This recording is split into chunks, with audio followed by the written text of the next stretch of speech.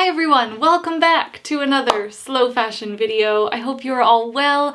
Happy New Year! I hope you had a wonderful transition into 2022. I am sharing all of the do's and don'ts around slow fashion. As always, these aren't like hard and fast rules. These are just guidelines and things that I've learned that really help me sort of keep my mindset in check. As with all my videos, take whatever it is that you think applies to you and your lifestyle best. If you like this kind of video about slow fashion or using creativity instead of consumption, hit subscribe below. You can also find me on IG and at my live virtual workshops. I'll leave all the details for you in the description box below. And let's jump on in. I'm going to start with the absolute basics, like an old school definition. What is slow fashion?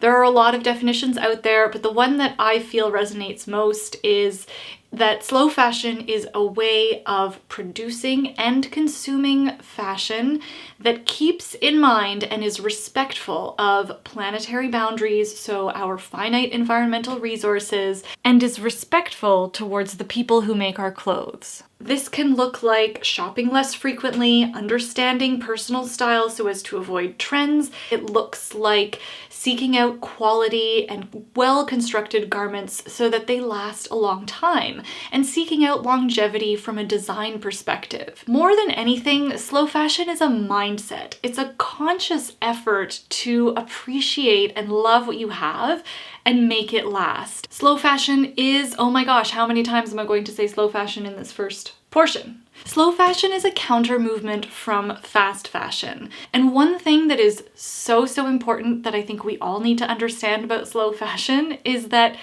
look, this is nothing new. Okay? Slow fashion, sustainability, conscious consumption, whatever you want to call it. This is a lifestyle that has been practiced by so many before us.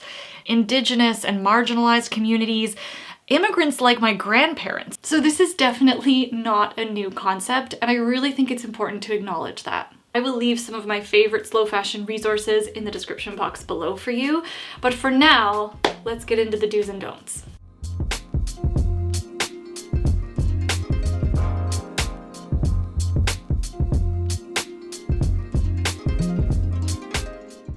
I feel like all the kids are saying aesthetic right now, and it's like a big deal. But anyway, when you search slow fashion online, you might find perfectly curated closets with really beautiful, like neutral color palettes, and there was always like a palm tree somewhere in there, or a fern, or a pampas grass.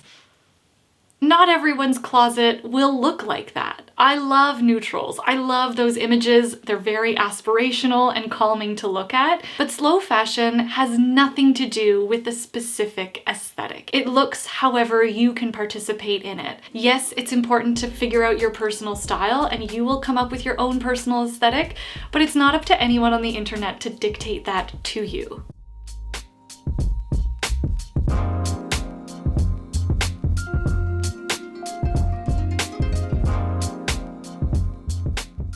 Getting rid of clothes that are not branded as sustainable is completely counterintuitive to a slow fashion mindset. Ursula de Castro from Fashion Revolution said it best: the most sustainable garment is the one you already have in your closet.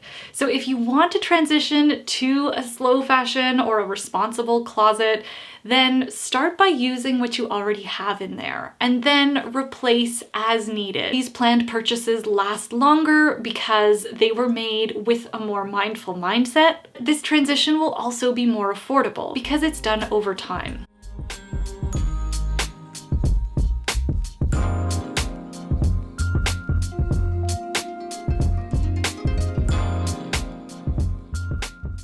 There are so many ways that you can participate in slow fashion without spending a lot of money. I've already mentioned it before, but shopping your closet and using what you already have is the best way to get involved in slow fashion and start building your slow fashion closet. I have a video coming up that goes a lot deeper into this topic, so I'm gonna leave this here, but just something to think about.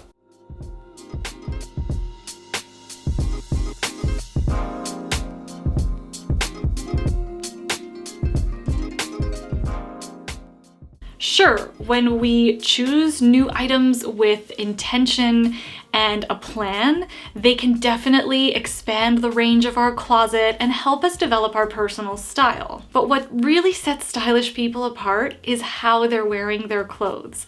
Someone could wear the same thing over and over again, and with just a few tweaks here and there, they always look really good. And that's because they know what adjustments to make to help them flatter their own style and their own body. So more and new does not always equal better.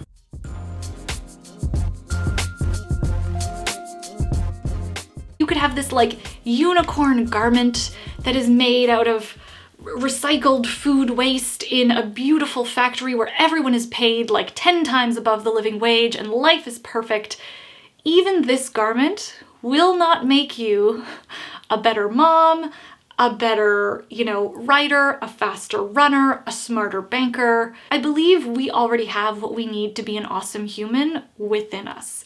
Clothing is just a manifestation and an expression of this. Yes, clothes have an incredible power to actually make us think differently and act differently. I'm not discounting that at all. But marketing campaigns will do their best to make us feel less than, and that we need something added to our lives in order to elevate it. To commit to slow fashion is to take your power back and truly understand that you already have what you need to be an awesome human, whatever that looks like for you. At the risk of sounding like some wild TED Talk or Oprah, I'm just gonna stop this one right here and move on. A couple of quick do's that you might have already heard before, but I think are always worth repeating. Do look for quality over quantity. And remember that quality doesn't always equal a higher price point. Some of the best and longest lasting clothes that I have in my closet, I thrifted for under $30. Do your best. If fast fashion is all that is accessible to you right now, financially or time-wise, then just be more intentional about those purchases. Look for classic cuts and colors and well-constructed details. I have a video all about looking for quality construction, which applies across the board. I'll dive more into the topic of affordability in another video. Do participate in slow fashion challenges like shop your closet challenges, capsule wardrobes, or even low buy challenges. These are all great ways to step into slow fashion without having to spend $1, and it really gets your creative mind going and gives you confidence to move on to the next thing. So that is what I have for you today. I hope you enjoyed this video. I definitely have a few more do's and don'ts around this topic. Leave me a note in the comments if you would like me to do that part 2 and go ahead with it, and if you have any other slow fashion questions that you want me to answer in that part 2.